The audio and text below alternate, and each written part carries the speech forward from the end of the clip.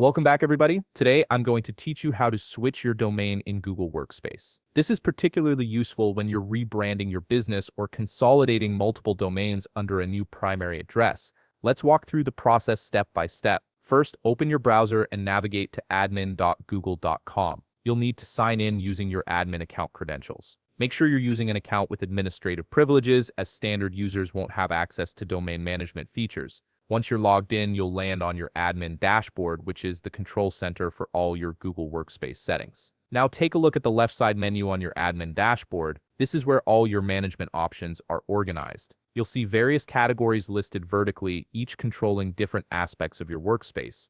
What you're looking for here is the account option.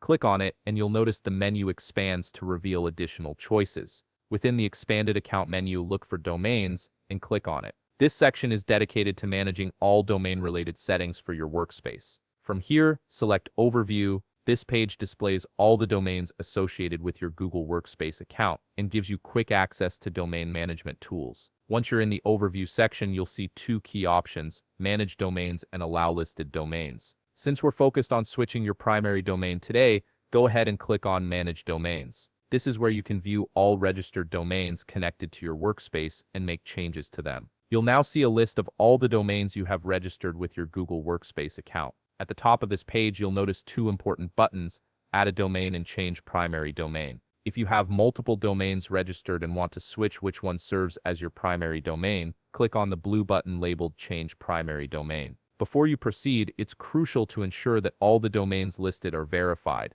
Verified domains are essential because Google needs to confirm you own them before allowing you to make them primary. This verification step protects your account and ensures smooth switching without any hiccups. And that's it. You've successfully navigated to the domain switching interface in Google Workspace. From here, you can select your new primary domain and complete the switch. Thanks for watching.